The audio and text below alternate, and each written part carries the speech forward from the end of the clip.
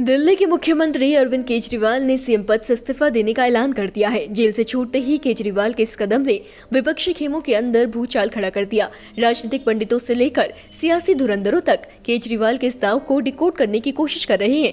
अपने अपने स्तर से आंकलन किए जा रहे हैं। कुछ की नजर में इसे नौटंकी कहा जा रहा है, जबकि कुछ केजरीवाल के इस दाव को मास्टर प्लान कह रहे हैं। आइए बताते हैं कि अरविंद केजरीवाल का ये दाव नौटंकी से बहुत ऊपर, रणनीति के ज्यादा करीब क्यों है।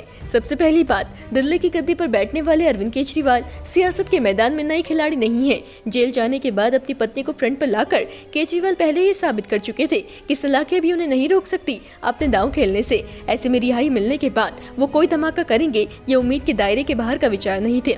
विशेषज्ञों की माने तो इस्तीफे की पेशकश वेग में बही भावनाओं का नतीजा नहीं है, बल्कि उन 177 दिनों में बनाई रणनीति का पहला दांव है जो इन्होंने जेल में काटे।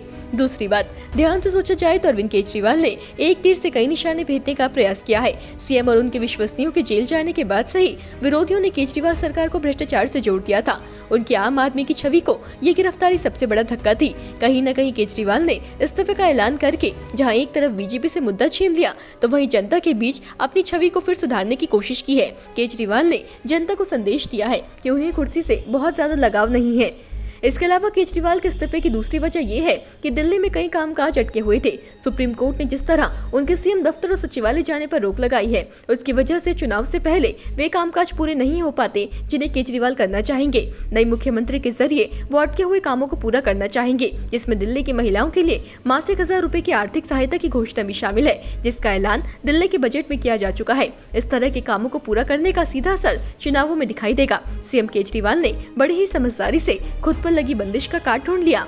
यही नहीं, दिल्ली बीजेपी के नेताओं ने देश की राष्ट्रपति द्रौपदी मुर्मू से मिलकर दिल्ली की दुर्दशा का जिक्र करते हुए यहां राष्ट्रपति शासन लगाने की मांग की थी। राष्ट्रपति ने बीजेपी नेताओं की डिमांड की चिट्ठी गृह मंत्रालय को भेज दी थी। उसके बाद ऐसी खबरें जंगल में आग की तरह फैल गई कि बस अब कभी भी दिल्ली में राष्ट्रपति शासन लग सकता है, पर ऐसा हुआ नहीं और अब होगा भी नहीं। केजरीवाल के नाम पर यह मांग की गई थी, जब वो सीएम रहेंगे ही नहीं तो दिल्ली में राष्ट्रपति शासन लगाने के अंदेशे को अपने आप विराम मिल जाएगा। सबसे जरूरी बात, नए मुख्यमंत्री के चेहरे के साथ केजरीवाल नए समीकरण साधने की कोशिश भी कर रहे हैं। दरअसल कहा जा रहा है कि मुख्यमंत्री पद के लिए आश्चर्यजनक उम्मीदवार अल्पसंख्यक समुदाय का भी हो सकता है। अरविंद केजरीवाल उन वोटर्स को भी लुभाएंगे जिनका अब तक आपको समर्थन नहीं मिला है। जाहिर सी बात है कि अगर अरविंद केजरीवाल के ये 3 निशाने पर लग जाते हैं तो यानी कि न केवल उनकी छवि बेहतर हो जाएगी, बल्कि आप विधानसभा चुनावों में बहुमत में आती है तो बेदाग छवि के साथ मुख्यमंत्री अरविंद केजरीवाल का कद उभरेगा। अपने अलायंस के बीच भी उनकी राष्ट्रीय नेता की छवि और मजबूत हो जाएगी।